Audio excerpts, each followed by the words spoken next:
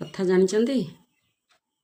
ଆମେ ଯେତେବେଳେ ହସି ହସିକା ଯାଉଥିବୁ ନା, ସେତେବେଳେ ସାଙ୍ଗସାଥି ଦେଖି କହିବେ ଆଜି ତୋର କ'ଣ ହେଇଛି କି ଏତେ ଜୋର ହସୁଛୁ? କିନ୍ତୁ ଯେତେବେଳେ ଘରକୁ ଫେରିବା ନା, ସେତେବେଳେ ପିଲାପିଲି ଦେଖି କହିବେ ମାମା ଆଜି ତୋର କ'ଣ ହେଇଛି, ତୁ ଭାରି ଜୋର ହସୁଛୁ। ତାପରେ କିଛି ସମୟ ପରେ ପତିଦେବ କହିବେ ଆରେ ତୋର ଆଜି କ'ଣ ହେଇଛି କି, ତୁ ଏତେ ଜୋର କାହିଁ ହସୁଛୁ?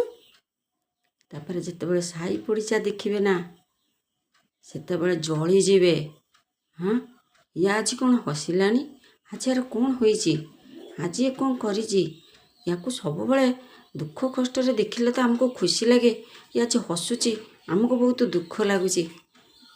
ଯଦି ଏହି କଥାଟି ଆପଣମାନଙ୍କୁ ଛୁଇଁଥିବେ, ଗୋଟିଏ ମିଠା ମିଠା କମେଣ୍ଟ ସହିତ ଲାଇକ୍ ସେୟାର ଦେବା ପାଇଁ ଜମାରୁ ବି ଭୁଲିବେନି। ରହୁଛି। ଜୟ ଜଗନ୍ନାଥ।